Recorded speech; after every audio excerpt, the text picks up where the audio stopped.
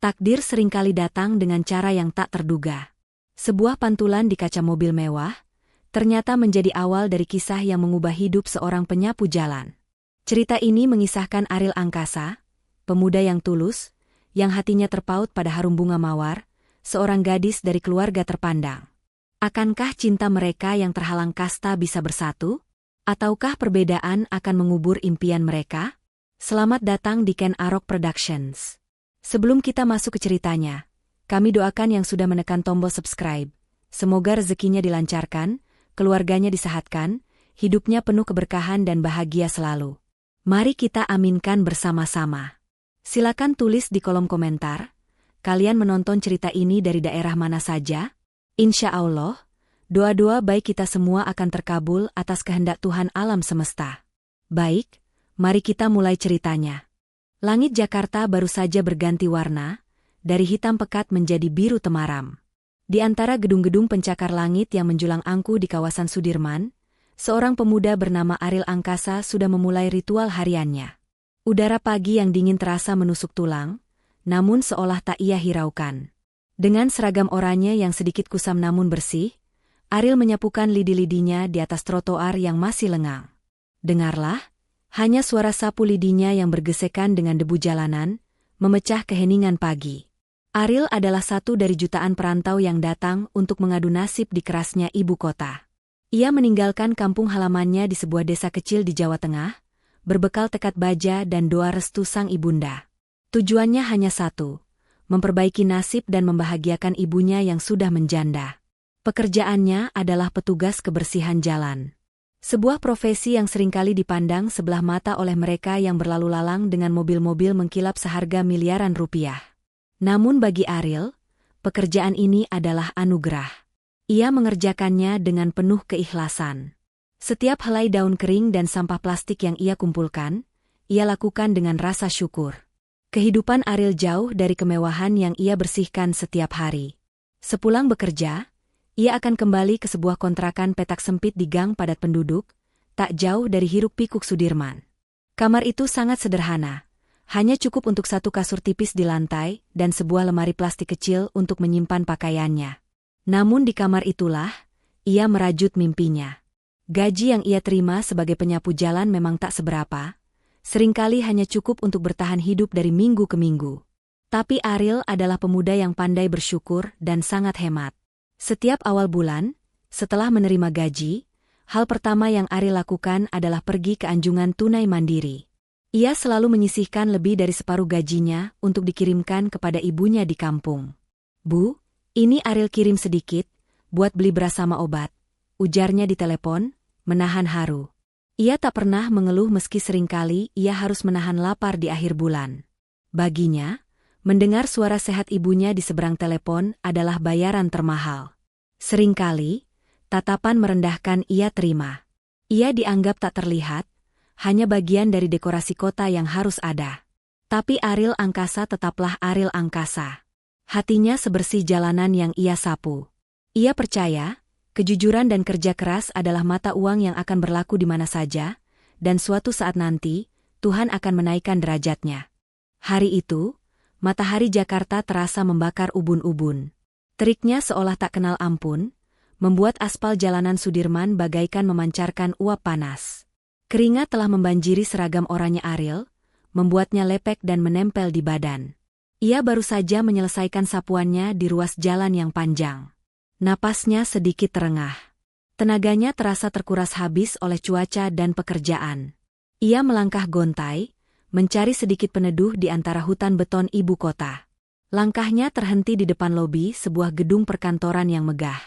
Gedung itu menjulang tinggi, dengan kaca-kaca biru yang memantulkan awan. Di lobi itu, terparkir sebuah mobil sedan Mercedes-Benz hitam yang sangat mewah. Catnya berkilau seperti cermin, begitu mulus tanpa celah. Mobil itu jelas milik seseorang yang sangat penting, terparkir di area khusus drop-off sambil menunggu pemiliknya.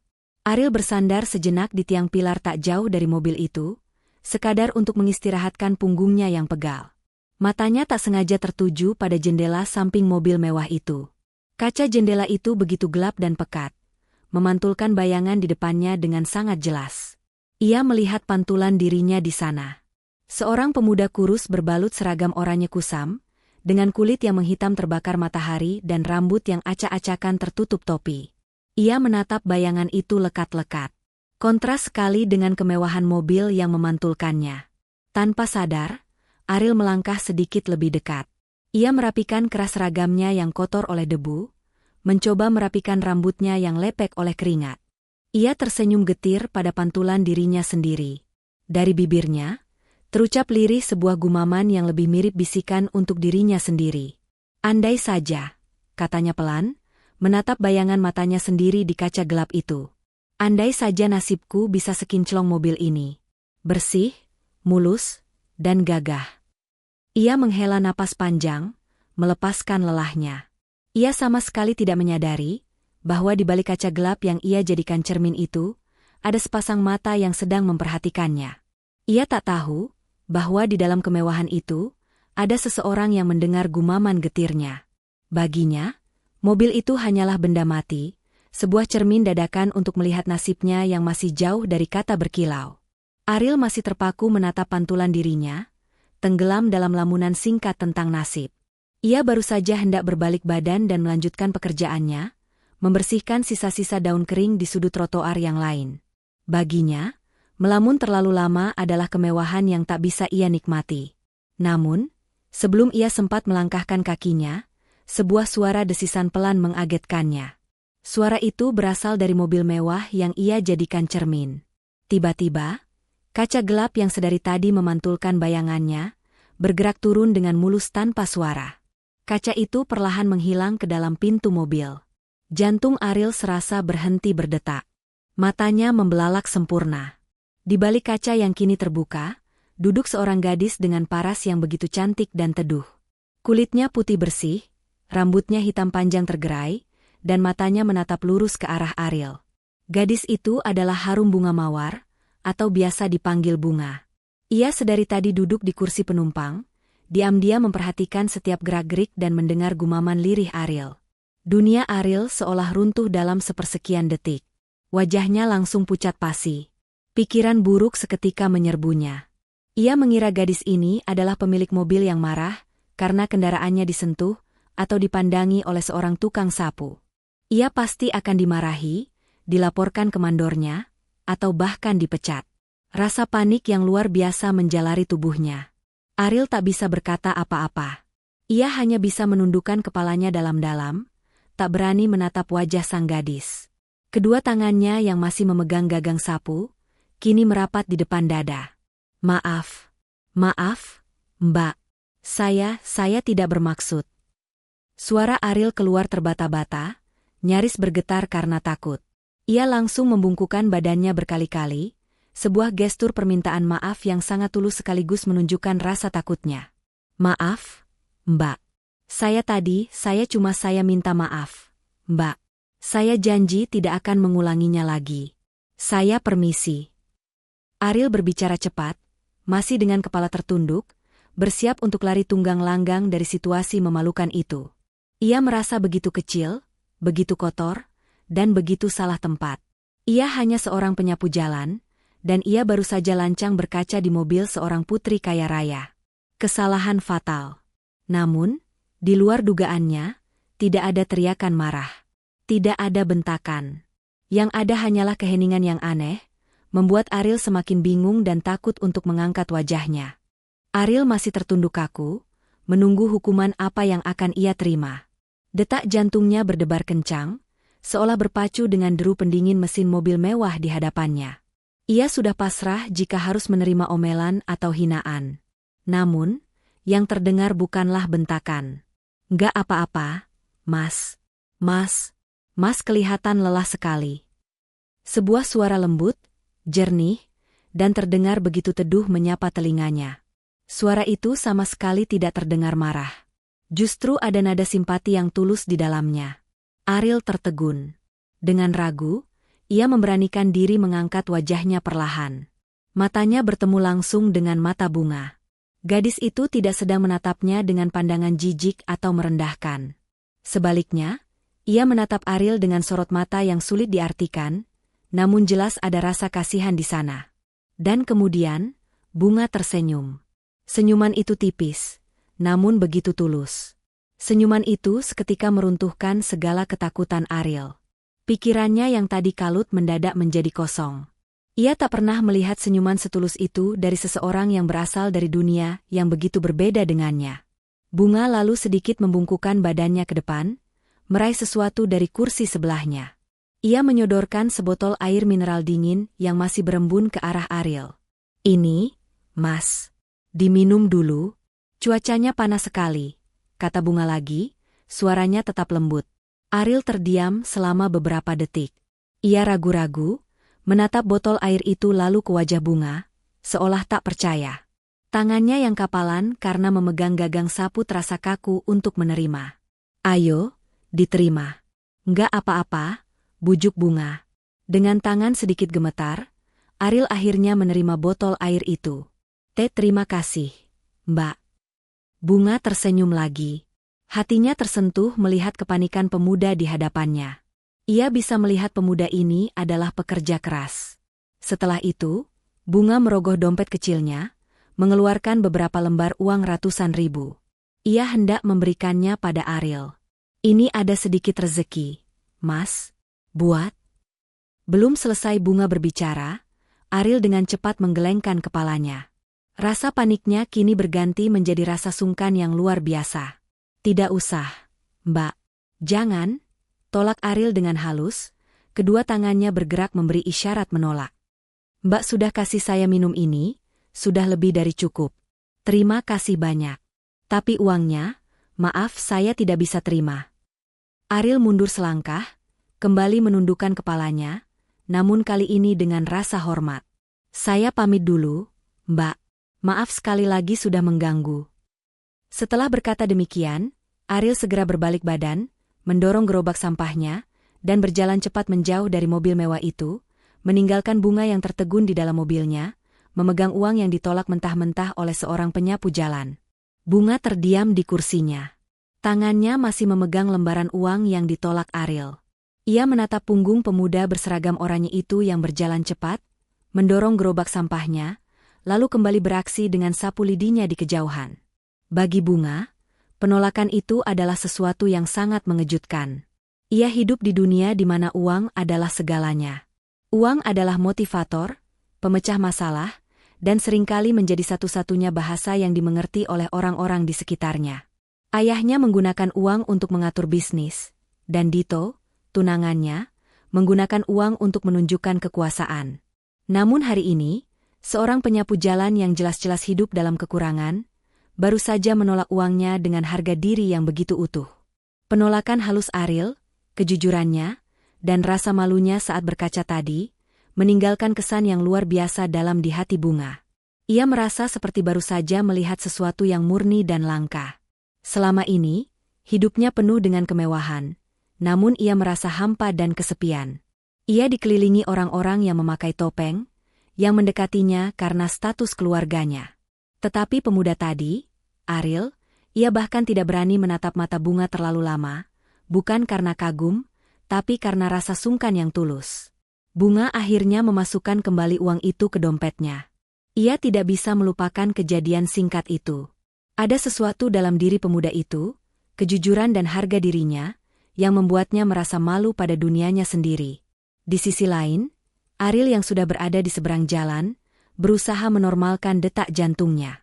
Tangannya masih memegang botol air mineral dingin pemberian Bunga. Ia belum berani meminumnya, seolah itu adalah benda berharga. Pikirannya terus berputar. Ia tak bisa melupakan senyuman tulus Bunga.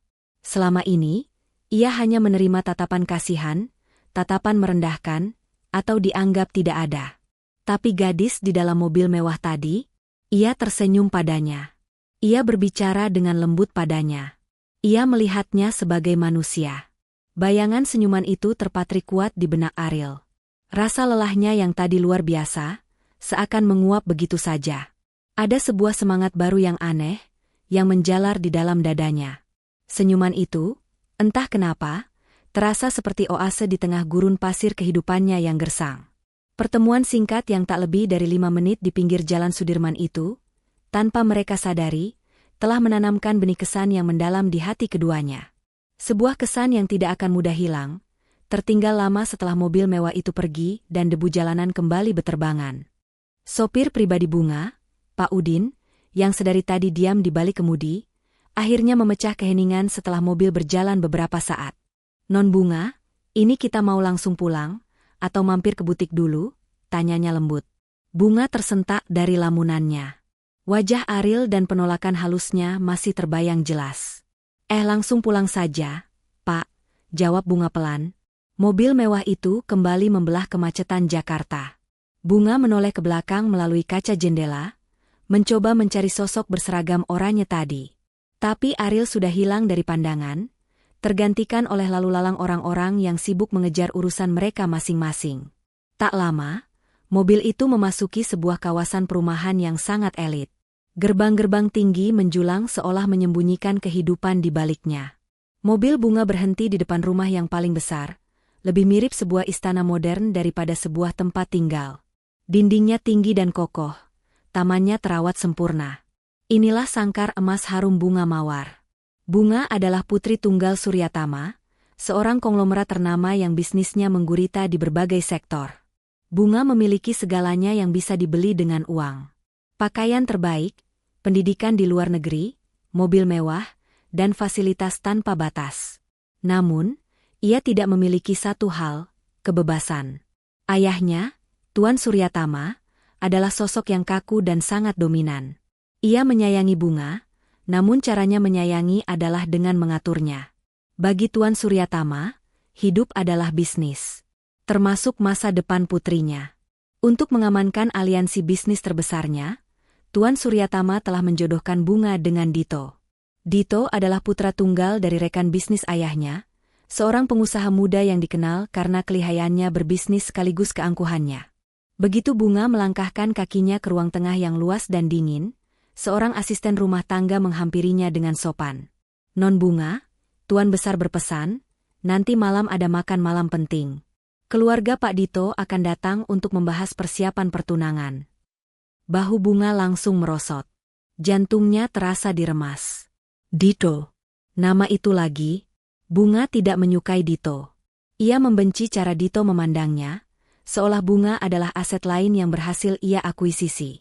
Ia benci cara Dito berbicara kepada pelayan, merendahkan orang-orang yang dianggapnya tidak selevel. Ia berjalan lesu menuju kamarnya yang seluas satu rumah sederhana. Bunga duduk di tepi ranjangnya yang empuk, memandang keluar jendela. Ironis. Di luar sana, ia baru saja bertemu seorang pria miskin yang menolak uang karena harga diri. Sementara di sini, di dalam kemewahannya, ia dipaksa menerima seorang pria kaya yang akan ia nikahi demi uang dan bisnis keluarga. Bunga merasa sangat tertekan. Ia merasa tak lebih dari bidak catur yang diatur oleh ayahnya. Hatinya hampa, dan ia merindukan sesuatu yang tulus. Sesuatu yang nyata, seperti tatapan mata penyapu jalan yang ia temui di pinggir jalan Sudirman tadi. Beberapa hari telah berlalu sejak pertemuan di depan lobi gedung itu. Namun, bayangan Ariel yang menolak uangnya masih sering terlintas di benak Bunga. Ada rasa penasaran yang aneh. Ia ingin tahu, apakah kejujuran seperti itu nyata, atau hanya kebetulan semata. Sore itu, Bunga ada janji untuk menemani Dito meninjau salah satu lokasi proyek baru mereka. Sesuai kesepakatan keluarga, Dito menjemput Bunga di rumahnya. Mobil Dito yang tak kalah mewah, kini melaju membelah jalanan utama. Bunga duduk diam di kursi penumpang, merasa tak nyaman dengan parfum Dito yang baunya terlalu menyengat dan obrolannya yang melulu soal uang dan keuntungan. Proyek di selatan itu akan jadi tambang emas, Bunga. Ayahku bilang, setelah kita menikah, kita yang akan mengelolanya penuh. Kata Dito penuh kebanggaan, satu tangannya menyetir, tangan lainnya sesekali merapikan jam tangan mahalnya. Bunga hanya bergumam pelan. Pikirannya melayang. Saat mobil mereka mendekati kawasan Sudirman, Bunga tiba-tiba teringat rute kerja Ariel. Didorong oleh rasa penasaran yang tak bisa ia jelaskan, Bunga menyeletuk. "Dito, bisa lewat jalan Sudirman saja? Aku sedikit pusing kalau lewat jalan layang." Bohong Bunga, mencari alasan. Dito mendengus, agak memutar, tapi terserahlah. Mobil pun mengarah ke rute yang Bunga inginkan. Mata Bunga awas memindai trotoar, mencari-cari sosok berseragam oranye. Dan benar saja, di sanalah dia. Ariel Angkasa. Ia sedang bekerja dengan tekun seperti biasa, menyapukan daun-daun kering ke pengki, tak terpengaruh oleh mobil-mobil mewah yang melintasinya. Tanpa sadar, tatapan Bunga terpaku pada sosok itu. Ada kekaguman kecil melihat ketekunan seseorang yang bekerja di bawah terik matahari tanpa mengeluh. Dito, yang merasa Bunga mendadak diam, menoleh. Ia melihat arah pandang Bunga. Alisnya terangkat.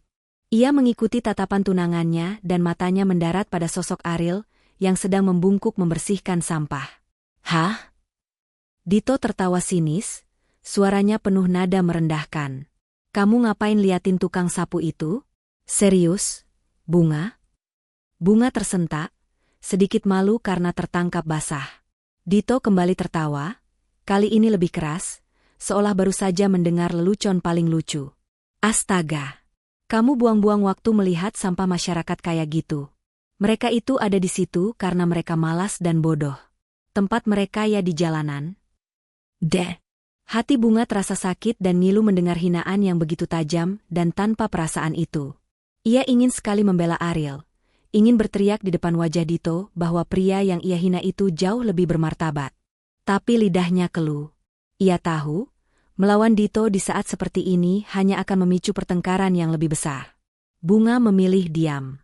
Ia memalingkan wajahnya dari Dito, menatap lurus ke depan. Tapi di dalam hatinya, kebenciannya pada Dito semakin membesar, dan simpatinya pada pemuda penyapu jalan itu, Ariel, semakin menguat.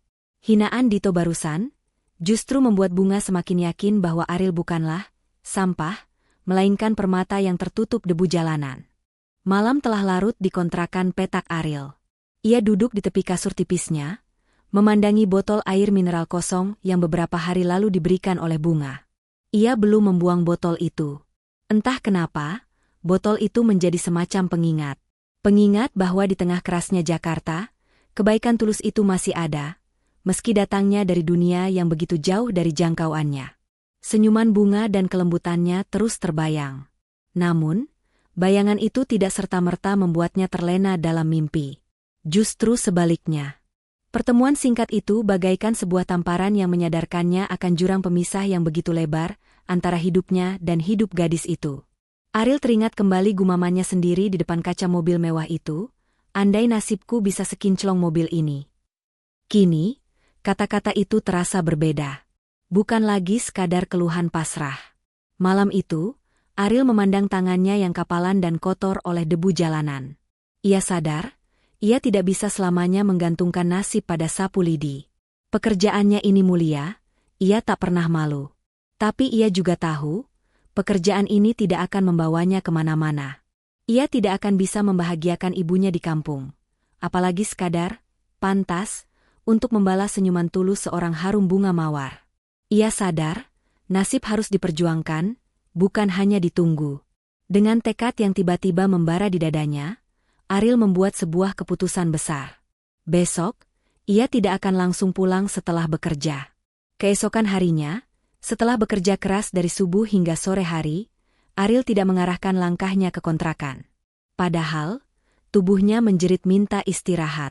Ia berjalan ke sebuah gang sempit, tak jauh dari tempat tinggalnya, menuju sebuah warung internet atau warnet yang remang-remang. Ia menyisihkan sebagian kecil uang makannya untuk membayar sewa komputer selama 1 jam. Tangannya yang biasa memegang gagang sapu, kini terasa kaku memegang tetikus komputer. Di bilik kecil itu, Ariel membuka mesin pencari. Dengan ejaan yang sedikit ragu, ia mengetik, "Kursus online gratis untuk administrasi perkantoran." Ia mencari keterampilan baru. Sesuatu yang bisa ia lakukan di dalam ruangan, bukan di jalanan. Sesuatu yang bisa memberinya kesempatan. Ia menemukan beberapa situs yang menawarkan pelajaran dasar mengetik 10 jari, menggunakan aplikasi perkantoran, dan membuat surat menyurat. Malam itu, di tengah suara bising anak-anak yang bermain game, Ariel Angkasa, sang penyapu jalan, memulai langkah pertamanya. Ia belajar. Ia berjuang dalam diam, mengorbankan waktu istirahat dan uang makannya, demi sebuah kata yang ia dambakan, perubahan. Bulan-bulan berlalu. Rutinitas Ariel kini menjadi jauh lebih padat. Pagi buta ia menyapu jalanan Sudirman. Sore hari, ia bergegas ke warnet untuk belajar. Matanya menatap layar komputer dengan fokus yang sama tajamnya, seperti saat ia membersihkan jalanan. Malam hari, ia pulang ke kontrakan petaknya dengan sisa tenaga yang nyaris habis. Seringkali mengorbankan makan malamnya demi menghemat uang untuk biaya sewa komputer. Ia mulai terbiasa. Tangannya yang dulu hanya kapalan karena gagang sapu, kini mulai lincah menari di atas papan ketik. Ia belajar tentang spreadsheet, tentang cara membuat laporan, tentang surat menyurat resmi. Ia menyerap semuanya seperti spons kering. Suatu sore, saat ia sedang membersihkan area trotoar yang sedikit sepi, di dekat taman kecil yang rimbun, sapu lidinya menyentuh sesuatu yang terasa berbeda. Bukan kantong plastik, bukan daun kering. Benda itu tergeletak di bawah bangku taman, nyaris tak terlihat. Ariel membungkuk untuk memeriksanya. Jantungnya berdebar sedikit lebih cepat. Itu adalah sebuah dompet. Dompet kulit tebal berwarna hitam, terlihat sangat mahal dan berat. Ariel memungutnya. Tangannya sedikit gemetar. Ia menoleh ke kiri dan ke kanan. Sepi. Hanya ada beberapa mobil yang melintas di kejauhan. Tak ada seorang pun yang memperhatikan. Dengan hati-hati, ia membuka dompet itu. Matanya seketika terbelalak. Dompet itu penuh sesak dengan lembaran-lembaran uang merah ratusan ribu rupiah. Jika dihitung sekilas, jumlahnya mungkin belasan juta, lebih besar dari gajinya selama berbulan-bulan. Napas Ariel tercekat. Pikiran-pikiran liar mulai berkelebat. Uang ini bisa melunasi sisa hutang ibunya di kampung. Ia bisa membeli komputer bekas untuk belajar di rumah. Ia bisa makan enak selama sebulan penuh. Ini adalah jawaban atas semua masalahnya. Iblis di dalam kepalanya berbisik. Ambil saja, Ariel. Tidak ada yang lihat. Ini rezeki. Ini takdirmu. Namun, bisikan itu seketika lenyap saat ia teringat wajah teduh ibunya. Ia teringat nasihat ibunya yang selalu diulang-ulang sejak ia kecil. Le, seberapapun susahnya hidup kita, jangan pernah mengambil hak orang lain. Rezeki haram itu panas, gak akan jadi berkah. Ariel juga teringat senyuman bunga. Bagaimana mungkin ia mengharapkan perubahan nasib jika ia sendiri mengotorinya dengan ketidakjujuran? Dengan tangan yang kini mantap, Ariel mengabaikan tumpukan uang itu. Ia mencari di selipan lain dompet. Ia menemukan sebuah kartu tanda penduduk. Di sana tertera sebuah nama dan sebuah alamat. Alamat itu berada di kawasan Pondok Indah, sebuah area perumahan elit yang sangat jauh dari tempatnya sekarang. Tanpa berpikir dua kali, Ariel menutup dompet itu. Ia memasukkannya ke dalam tas selempangnya yang usang, menyimpannya rapat-rapat. Ia bertekad, setelah jam kerjanya selesai, ia akan pergi ke alamat itu.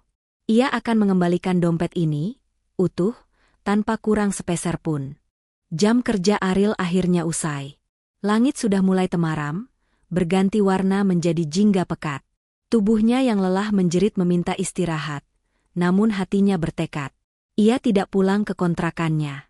Sebaliknya, ia bergegas ke kamar mandi umum, membersihkan dirinya sebisanya, berganti dengan kemeja satu-satunya yang ia miliki, yang ia simpan di dalam tasnya. Dengan berbekal alamat di KTP dan sisa uang di sakunya, ia menaiki bus kota. Perjalanan dari Sudirman ke Pondok Indah terasa sangat jauh, memakan waktu hampir 2 jam menembus kemacetan Jakarta. Ongkos bus kota yang ia bayar, sejujurnya, sangat berarti untuk jatah makannya besok. Tapi Ariel tak ragu sedikit pun. Ia tiba di kawasan Pondok Indah saat hari sudah benar-benar gelap. Suasananya begitu berbeda dari tempat tinggalnya. Sunyi, megah, dan sejuk oleh pepohonan besar. Ia mencari alamat itu di antara rumah-rumah mewah yang pagarnya menjulang tinggi. Akhirnya, ia menemukannya. Rumah itu luar biasa besar. Pagarnya kokoh, tamannya luas. Lutut Ariel sedikit gemetar. Ia, seorang penyapu jalan, kini berdiri di depan gerbang istana. Dengan ragu, ia menekan bel di pos satpam. Seorang satpam berseragam rapi keluar, menatap Ariel dari atas ke bawah dengan tatapan curiga. "Cari siapa, Mas?" "Permisi, Pak. Saya Ariel. Saya menemukan dompet. Di KTP-nya, alamatnya di sini." Atas nama Bapak Hendra, kata Ariel, suaranya terdengar gugup sambil memegang dompet itu. Mendengar kata, dompet, raut wajah satpam itu berubah. Ia segera masuk ke posnya, menekan interkom. Tak lama, pintu gerbang kecil di samping gerbang utama terbuka. Silakan masuk, Mas. Bapak sudah menunggu. Ariel melangkah masuk dengan jantung berdebar. Ia disambut oleh seorang pria parubaya yang berperawakan tegap dan berwibawa. Itu pasti Pak Hendra. Wajah Pak Hendra terlihat tegang dan khawatir. Kamu yang menemukan dompet saya? Tanya Pak Hendra, suaranya berat. Iya, Pak. Benar ini milik Bapak. Ariel menyodorkan dompet itu. Pak Hendra menerimanya dengan cepat, membukanya, dan memeriksa isinya. Kartu-kartu penting, dan tumpukan uang tunai yang masih utuh, tak berkurang selembar pun. Pak Hendra tertegun. Ia menatap dompet itu, lalu menatap Ariel. Ia menatap seragam oranye yang menyembul dari balik kemeja Ariel yang sedikit basah karena keringat. Semuanya utuh. Saya tidak tahu harus bilang apa, kata Pak Hendra, rasa tegangnya hilang digantikan rasa kagum. Ia segera merogoh dompet itu, mengambil beberapa lembar uang merah dan menyodorkannya pada Ariel. Ini, Nak, sebagai tanda terima kasih. Seketika, Ariel mundur selangkah, menolak dengan halus. Tidak usah, Pak. Sungguh. Saya niatnya hanya mengembalikan. Itu sudah kewajiban saya. Saya permisi, Pak. Pak Hendra tercekat. Ini kedua kalinya dalam hidupnya ia terkesan oleh penolakan. Tunggu, cegah Pak Hendra. Kamu kerja di mana? Saya petugas kebersihan jalan, Pak. Di area Sudirman. Pak Hendra mengangguk-angguk, tersenyum tipis. Kejujuran kamu ini langka, Nak. Saya Hendra. Saya punya perusahaan. Saya butuh orang jujur seperti kamu. Pak Hendra menatap Ariel lekat-lekat. Begini, apa kamu mau bekerja untuk saya? Memang, awalnya hanya sebagai office boy, petugas bantu di kantor. Tapi saya lihat, kamu punya sesuatu. Kalau kamu rajin dan mau belajar, saya janji, saya akan beri kamu kesempatan untuk naik. Lutut Ariel terasa lemas. Telinganya seakan tak percaya dengan apa yang baru saja ia dengar. Disinilah dia, di teras rumah mewah, basah oleh keringat, dan baru saja ditawari sebuah harapan. Tawaran Pak Hendra malam itu adalah sebuah jangkar yang dilemparkan ke kapal Ariel yang nyaris karam. Tanpa ragu sedikitpun, Ariel menerima tawaran itu dengan mata berkaca-kaca. Hari berikutnya, ia dengan berat hati namun penuh syukur, melepaskan seragam oranyenya. Ia berpamitan kepada mandor dan teman-temannya sesama penyapu jalan. Kehidupan barunya akan segera dimulai. Kantor Pak Hendra adalah dunia yang benar-benar baru bagi Ariel. Gedung perkantoran yang tinggi, lobi yang dingin beraroma pengharum ruangan mahal, dan orang-orang yang berjalan cepat dengan pakaian rapi. Ia memulai dari posisi terendah, sebagai office boy. Tugasnya sederhana, membuat kopi, mengantarkan dokumen antar meja, membersihkan ruang rapat setelah dipakai, dan membeli makan siang untuk para staf. Bagi sebagian orang, pekerjaan itu mungkin dianggap remeh. Tapi bagi Ariel, ini adalah istana. Ia mengerjakan setiap tugas dengan ketekunan yang sama, seperti saat ia menyapu jalanan. Ia memastikan kopi yang ia seduh adalah yang terbaik.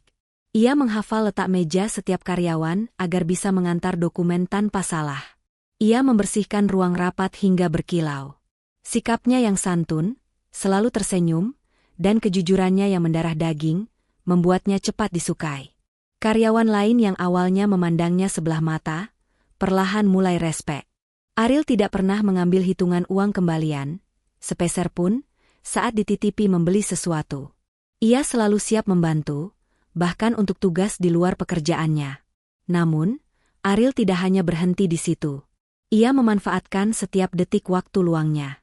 Di saat office boy lain berkumpul di pantry untuk mengobrol, Ariel memilih duduk di pojok, membaca buku panduan aplikasi perkantoran yang ia beli dengan gaji pertamanya. Keterampilan yang ia pelajari di warnet dulu, kini ia praktikan. Ia menawarkan bantuan kepada staf administrasi untuk menginput data sederhana atau merapikan dokumen. Pak Hendra, sang pemilik perusahaan, diam-diam mengamatinya.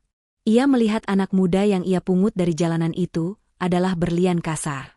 Ariel bukan hanya jujur, ia juga cerdas dan punya kemauan belajar yang luar biasa. Perlahan tapi pasti, penampilan Ariel berubah. Dengan gajinya yang kini lebih layak, ia bisa membeli kemeja yang rapi dan celana bahan yang pantas. Ia tidak lagi kusam dan berbau keringat jalanan. Ia kini terlihat bersih, wangi, dan penuh percaya diri. Benar saja, Pak Hendra menepati janjinya. Setelah 6 bulan melihat kegigihan Ariel, ia memanggilnya ke ruangannya. "Ril," kata Pak Hendra, "mulai besok, kamu tidak perlu lagi membuat kopi. Saya sudah daftarkan kamu di kursus manajemen logistik akhir pekan. Dan di hari kerja, kamu akan jadi staf junior di bagian administrasi." Ariel terdiam, hatinya membuncah oleh rasa syukur. Ia bukan lagi Ariel Angkasa si penyapu jalan. Ia kini adalah Ariel Angkasa, seorang karyawan kantor, yang menapaki tangga kesuksesan dengan keringat dan kejujurannya sendiri. Sementara Ariel sedang menata kepingan hidupnya yang baru, di belahan Jakarta yang lain, kehidupan harum bunga mawar justru terasa semakin menyesakan. Tanggal pertunangannya dengan Dito semakin dekat, dan sikap Dito semakin hari semakin tak tertahankan. Kini Dito merasa di atas angin. Ia merasa bunga sudah sepenuhnya dalam genggamannya, sebuah trofi cantik yang akan segera ia pamerkan. Keangkuhannya meluap-luap, tak hanya pada bunga, tapi pada siapa saja yang ia anggap berada di bawahnya. Puncaknya terjadi pada suatu malam. Tuan Suryatama mengadakan makan malam keluarga besar di sebuah restoran fine dining paling mewah di Jakarta. Keluarga Dito tentu saja hadir sebagai tamu kehormatan. Suasananya seharusnya hikmat, membahas detail akhir rencana pertunangan. Bunga duduk dengan gelisah, mengenakan gaun mahal yang terasa seperti baju zirah yang menyiksanya. Dito, yang duduk di sebelahnya, tak henti-hentinya membanggakan pencapaian bisnisnya, suaranya mendominasi meja makan. Saat itu, seorang pelayan muda, yang terlihat masih baru dan gugup, sedang menuangkan air putih ke gelas Dito. Karena sedikit gemetar, tangannya selip. Sedikit air tumpah, membasahi taplak meja di dekat lengan kemeja mahal Dito. Hanya sedikit, bahkan tidak mengenai Dito sama sekali. Pelayan itu langsung pucat pasi. "Maaf, Tuan, maaf sekali." Semua orang di meja terdiam. Dito menghentikan bicaranya. Ia menoleh perlahan, menatap pelayan itu dengan tatapan dingin menusuk. "Kamu," desis Dito, suaranya pelan namun penuh racun. "Kamu tahu harga kemeja saya ini? Gaji kamu setahun mungkin tidak cukup untuk membelinya. Kamu pikir kamu pantas melayani di tempat seperti ini dengan tangan gemetaran seperti itu?" Wajah pelayan itu memerah, matanya berkaca-kaca menahan malu dan takut. "Dito, sudahlah. Hanya air," bisik Bunga, mencoba mendinginkan suasana. Tapi Dito justru semakin menjadi. Ia berdiri, menunjuk wajah pelayan itu. "Orang seperti kalian ini memang tidak pernah becus. Panggil manajer kamu. Saya mau orang ini dipecat, sekarang juga." Cukup. Malam itu, sesuatu di dalam diri Bunga akhirnya patah. Hinaan Dito kepada pelayan itu, sama persis dengan hinaannya kepada Ariel si penyapu jalan tempo hari. Kebenciannya pada Dito sudah mencapai ubun-ubun. Dengan gerakan tiba-tiba, Bunga ikut berdiri. Tangannya gemetar, tapi bukan karena takut. Ia gemetar karena amarah yang akhirnya meledak. "Hentikan, Dito." Suara Bunga terdengar lantang, memecah keheningan restoran. Semua tamu menoleh. "Bunga, kamu membela pelayan ini?" Dito menatap tak percaya. "Saya tidak membela siapa-siapa," kata Bunga, suaranya dingin. "Saya hanya muak. Saya muak dengan sikap kamu. Saya muak dengan cara kamu merendahkan orang lain seolah kamu adalah Tuhan." "Bunga, jaga bicaramu." Tuan Suryatama, ayahnya, membentak. Tapi Bunga tak peduli lagi. Ia menatap Dito, lalu beralih ke ayahnya. "Papa dengar sendiri, kan? Inikah pria yang Papa pilihkan untukku? Pria yang hatinya lebih kotor dari sampah yang ia hina." "Bunga." "Saya tidak mau," teriak Bunga. "Saya tidak mau menghabiskan sisa hidup saya dengan pria arogan seperti ini. Pertunangan ini batal. Saya batalkan semuanya." Setelah mengucapkan kalimat itu, Bunga menarik napas.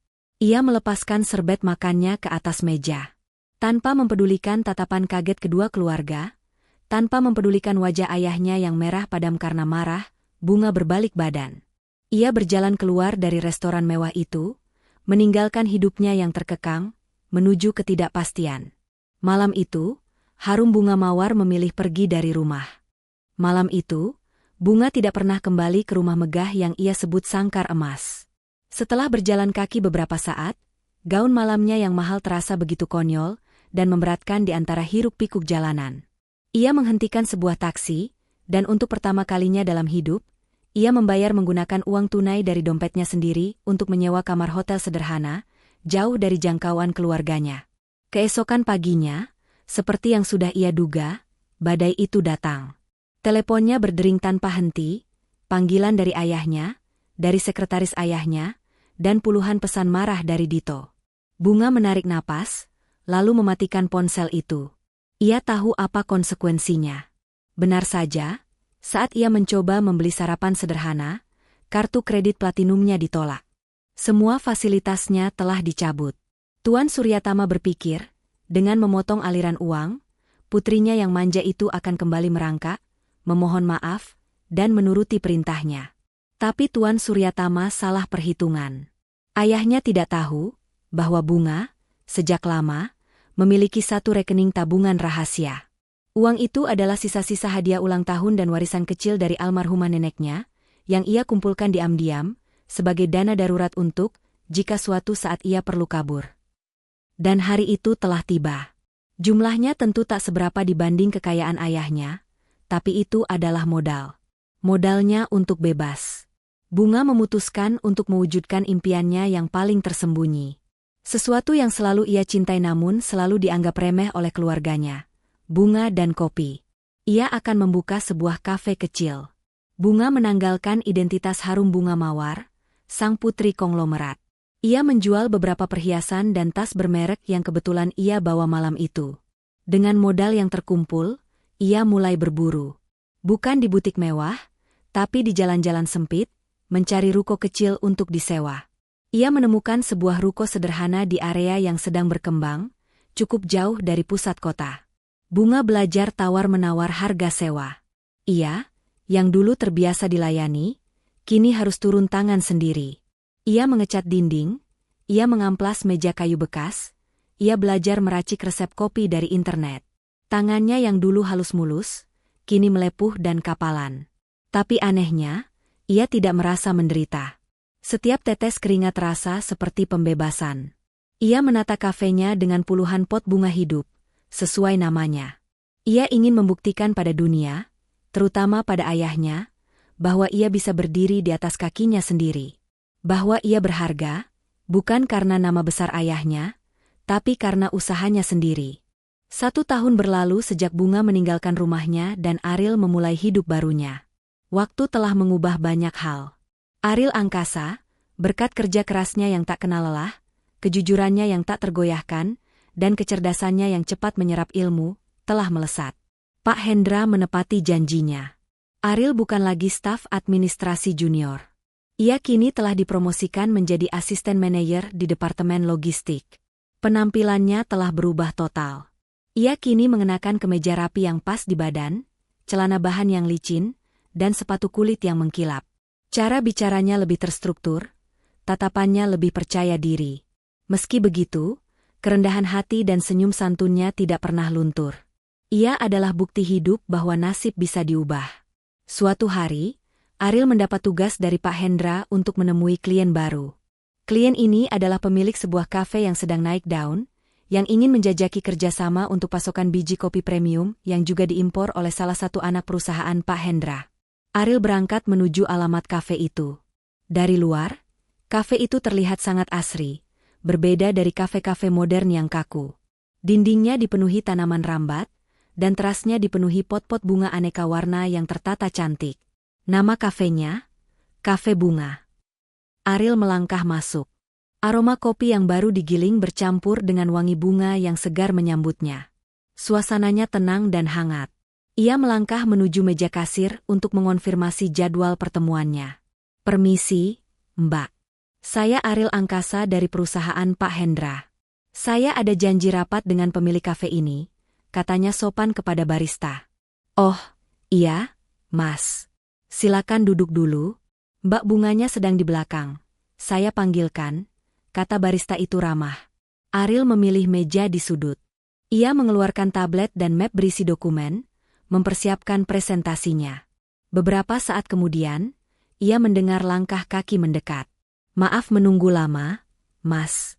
Saya pemilik KA. Suara itu terhenti. Ariel mengangkat wajahnya dari dokumen. Matanya bertemu dengan mata pemilik kafe itu. Waktu seakan berhenti berputar. Jantung Ariel serasa melompat ke tenggorokan. Di depannya berdiri harum bunga mawar. Gadis yang sama, yang memberinya sebotol air mineral setahun lalu. Gadis yang senyumannya menjadi pemantik semangatnya untuk berubah. Bunga pun tak kalah kaget. Ia mematung. Pria di hadapannya ini, Ariel, tapi ini bukan Ariel si penyapu jalan berseragam oranye yang ia temui. Ini adalah seorang pria muda yang gagah, rapi dalam balutan kemeja profesional, dan menatapnya dengan tatapan yang tajam namun penuh keterkejutan. Mbak Bunga, bisik Ariel, nyaris tak percaya. Kamu, Ariel, balas Bunga, suaranya bergetar. Mereka berdua terdiam, terpaku di tengah kafe yang ramai, tak mampu berkata-kata. Takdir baru saja mempertemukan mereka kembali, dengan cara yang paling tidak terduga, di saat keduanya telah menjadi pribadi yang sama sekali berbeda. Keheningan yang canggung itu akhirnya pecah saat Bunga berhasil menguasai dirinya. Ia menarik napas, lalu tersenyum. Senyuman yang kini bukan lagi senyuman putri kaya raya yang kasihan, tapi senyuman seorang pemilik usaha kepada tamunya. Silakan duduk, Mas Ariel. Maaf, saya sedikit kaget, kata Bunga, suaranya kini lebih tenang. Ia mempersilakan Ariel duduk di meja yang tadi ia pilih. Rapat bisnis yang seharusnya kaku dan formal itu, seketika berubah menjadi sesi obrolan yang canggung namun mendalam. Presentasi Ariel tentang biji kopi yang ia bawa terasa hambar di lidahnya sendiri. Pikiran mereka berdua tidak tertuju pada bisnis. Jadi, kamu pemilik kafe ini? Ariel memberanikan diri bertanya, setelah mereka selesai membahas urusan pekerjaan yang terasa basa-basi. Bunga mengangguk, lalu tersenyum getir. Ceritanya panjang. Sama panjangnya dengan cerita kenapa kamu sekarang pakai kemeja rapi dan bawa map presentasi, balas Bunga. Dan mereka pun mulai bercerita. Ariel menceritakan semuanya. Ia bercerita tentang malam ia menemukan dompet, tentang tawaran Pak Hendra yang mengubah hidupnya. Ia bercerita bagaimana ia memulai sebagai office boy, belajar mati-matian di warnet hingga larut malam, dan bagaimana ia merangkak naik setahap demi setahap hingga posisinya sekarang. Ia menceritakan itu semua dengan kerendahan hati, seolah itu adalah hal yang biasa saja. Bunga mendengarkan dengan napas tertahan. Kekagumannya pada pria di hadapannya ini meluap. Pria yang dulu ia kira hanya pasrah pada nasib, ternyata adalah pejuang paling gigih yang pernah ia temui. Lalu, giliran Bunga yang bercerita. Ia menceritakan malam di restoran, tentang hinaan Dito pada pelayan, dan bagaimana ia akhirnya memutuskan pergi dari rumah. Ia bercerita tentang kartu kreditnya yang diblokir, dan bagaimana ia memulai usaha kafe ini dari nol. Dulu, tangan saya halus. Sekarang, lihat, kata Bunga, menunjukkan telapak tangannya yang sedikit kasar karena bekerja. Ariel menatap tangan itu. Tangan yang sama, yang dulu menyodorkan sebotol air mineral dingin padanya. Dulu tangan itu adalah simbol kemewahan, kini tangan itu adalah simbol perjuangan. Kekaguman Ariel pada Bunga kini bukan lagi kekaguman seorang miskin pada bidadari, tapi kekaguman tulus seorang pejuang pada pejuang lainnya. Sejak hari itu, pertemuan mereka tidak berhenti di rapat bisnis. Kesepakatan pasokan biji kopi menjadi alasan yang sempurna bagi Ariel untuk mampir ke kafe Bunga. Kunjungan yang awalnya seminggu sekali untuk kontrol kualitas, berubah menjadi kunjungan 3 kali seminggu. Ariel sering datang setelah jam kerjanya selesai. Ia melepas dasinya, menyingsingkan lengan kemejanya, dan membantu Bunga. Kadang ia membantu mengangkat karung biji kopi yang berat, kadang ia hanya duduk mendengarkan keluh kesah Bunga tentang sulitnya mengurus karyawan. Di sisi lain, Bunga selalu menyimpan kopi racikan terbaiknya untuk Ariel. Mereka akan duduk berdua di sudut kafe setelah kafe tutup, mengobrol tentang apa saja. Tentang impian Ariel membahagiakan ibunya, tentang impian Bunga memperluas kafenya. Benih-benih kekaguman yang dulu tertanam di pinggir Jalan Sudirman, kini disirami oleh pertemuan yang intens, rasa saling menghormati, dan pemahaman yang mendalam. Cinta di antara mereka tumbuh subur, tulus, dan apa adanya. Kabar kedekatan Bunga dan Ariel tentu saja sampai ke telinga Tuan Suryatama. Ayah mana yang bisa benar-benar melepaskan putrinya, meski dari kejauhan? Awalnya, ia murka. Egonya sebagai konglomerat terluka parah. Ia mengira Bunga akan gagal, kehabisan uang, dan merangkak kembali ke istananya. Namun, yang ia dengar justru sebaliknya. Kafe Bunga berkembang pesat. Dan putrinya terlihat jauh lebih hidup dan bahagia. Didorong rasa penasaran, ia mulai mencari tahu siapa pria yang kini dekat dengan putrinya. Namanya Ariel Angkasa. Saat Tuan Suryatama mendapat laporan bahwa Ariel adalah mantan penyapu jalan, amarahnya nyaris meledak. Putrinya, lari dari Dito si pengusaha, hanya untuk dekat dengan mantan tukang sapu, tapi laporan itu berlanjut. Pria itu kini adalah asisten manajer kepercayaan di perusahaan Pak Hendra. Tuan Suryatama mengenal Hendra sebagai rival bisnis yang sangat ia segani integritasnya. Ia tahu Hendra tidak mungkin mempekerjakan orang sembarangan di posisi penting. Perlahan, Tuan Suryatama sadar. Ia melihat foto-foto putrinya di kafe, Bunga yang tertawa lepas sambil mengangkat karung biji kopi, Bunga yang tersenyum tulus melayani pelanggan. Tawa itu adalah tawa yang tidak pernah ia lihat saat Bunga hidup dalam kemewahan yang ia atur. Akhirnya, Tuan Suryatama menelan egonya. Suatu sore, sebuah sedan hitam mewah berhenti di depan kafe Bunga.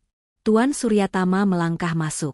Ia melihat putrinya dan Ariel, sedang duduk di meja sudut, tertawa membahas buku catatan keuangan. Bunga, panggilnya. Bunga dan Ariel seketika berdiri, tegang. Ariel maju selangkah, memasang badan, siap melindungi Bunga.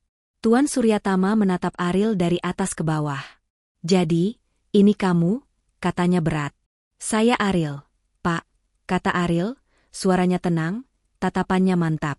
Tuan Suryatama terdiam lama, menatap putrinya, lalu menatap Ariel. Akhirnya, ia menghela napas panjang. Saya kira, saya memberikan yang terbaik untuk putri saya. Rumah mewah, mobil, pertunangan bisnis. Ternyata, saya salah. Ia melangkah mendekat. Saya melihat matamu, nak, katanya pada Ariel. Kamu menatap putri saya dengan cara yang tidak bisa dibeli dengan uang. Kamu pekerja keras. Lalu ia menoleh ke Bunga. Maafkan Papa, Bunga. Papa akhirnya sadar. Kebahagiaan kamu adalah yang terpenting. Air mata Bunga mengalir. Ia berlari memeluk ayahnya. Restu itu akhirnya ia dapatkan. Tidak ada pesta pernikahan megah yang memakan biaya miliaran. Pernikahan Ariel Angkasa dan harum bunga mawar dilangsungkan di taman belakang kafe Bunga, dihiasi ratusan bunga segar yang Bunga tanam sendiri. Ibu Ariel menangis haru, melihat putranya yang dulu penyapu jalan, kini berdiri gagah di samping wanita yang begitu anggun, disaksikan oleh Pak Hendra yang bangga dan Tuan Suryatama yang tersenyum ikhlas. Saat mereka berdua berdiri, saling berhadapan setelah sah, Ariel menatap Bunga. Aku tidak pernah menyangka, bisik Ariel, seorang penyapu jalan sepertiku. Bunga meletakkan jarinya di bibir Ariel. Kita berdua pejuang, Ariel. Dan semua ini berawal dari pantulan takdir di jendela Sudirman. Aku bersyukur, hari itu, kaca mobilku terbuka. Kehidupan pernikahan tidak lantas mengubah Ariel dan Bunga menjadi dua orang yang sama, namun menyatukan dua dunia mereka dengan indah. Kafe Bunga kini tidak hanya satu. Dengan keahlian manajemen Ariel dan cita rasa seni Bunga, mereka berhasil membuka beberapa cabang baru di Jakarta. Kafe itu tidak hanya menjadi tempat minum kopi, tapi juga program pelatihan. Bunga dan Ariel sengaja merekrut anak-anak muda dari panti asuhan atau mereka yang putus sekolah, memberi mereka kesempatan yang sama seperti yang pernah Ariel dapatkan. Tuan Suryatama kini menjadi kakek yang hangat bagi putri kecil mereka. Ia sering terlihat di kafe, bukan lagi sebagai konglomerat kaku, melainkan sebagai ayah yang bangga, mengobrol santai dengan Ariel tentang strategi bisnis, kini memandang menantunya itu sebagai rekan yang setara. Ibu Ariel pun telah diboyong ke Jakarta. Ia tinggal di rumah yang nyaman, dirawat dengan penuh kasih oleh Bunga, menantunya yang tak pernah membeda-bedakan latar belakang. Suatu sore, Ariel dan Bunga sedang mengendarai mobil mereka, bukan lagi mobil mewah yang memisahkan, tapi mobil keluarga yang hangat. Mereka berhenti di lampu merah di kawasan Sudirman, tak jauh dari tempat mereka pertama kali bertemu. Di trotoar, mereka melihat seorang petugas berseragam oranye, mirip sekali dengan Ariel yang dulu, sedang bekerja keras menyapu debu jalanan. Bunga tersenyum, menoleh ke suaminya. Ariel balas tersenyum. Tanpa diperintah, Ariel membuka dashboard, mengambil beberapa kotak makanan dan amplop yang memang selalu mereka siapkan di mobil untuk berbagi. Ia turun, menghampiri petugas itu. Ia tidak hanya memberi, ia menjabat tangan petugas itu, mengucapkan terima kasih, dan menyemangatinya. Dari dalam mobil, Bunga memandang suaminya. Ia melihat pantulan Ariel di kaca jendela mobilnya. Tapi pantulan itu kini berbeda. Bukan lagi pantulan pemuda kusam yang getir, tapi pantulan seorang pria sukses yang berhati mulia, yang tak pernah lupa dari mana ia berasal. Itulah pantulan yang sempurna. Pantulan dari kerja keras, kejujuran, dan takdir yang diperjuangkan. Kisah Ariel Angkasa dan Harum Bunga Mawar mengajarkan kita bahwa takdir memang rahasia Tuhan, namun nasib adalah hasil dari perjuangan. Kejujuran Ariel adalah kunci yang membuka pintu kesempatan. Keberanian Bunga adalah kekuatan yang mendobrak tembok perbedaan. Dan cinta mereka adalah bukti bahwa ketulusan akan selalu menemukan jalannya, tak peduli seberapa jauh jurang kasta yang memisahkan. Jangan pernah menilai seseorang dari seragam yang ia kenakan, tapi lihatlah kerja keras dan hati yang ia bawa. Terima kasih telah setia menyimak cerita di Ken Arok Productions. Pelajaran apa yang paling berharga yang kalian dapatkan dari kisah Ariel dan Bunga? Tuliskan pendapat kalian di kolom komentar. Jangan lupa untuk menekan tombol suka jika kalian terinspirasi dengan cerita ini, bagikan ke orang-orang yang kalian sayangi, dan tentu saja, subscribe channel Ken Arok Productions agar kita bisa terus menyajikan cerita-cerita inspiratif lainnya. Sampai jumpa di cerita kami selanjutnya. Akhir kata, wassalamualaikum.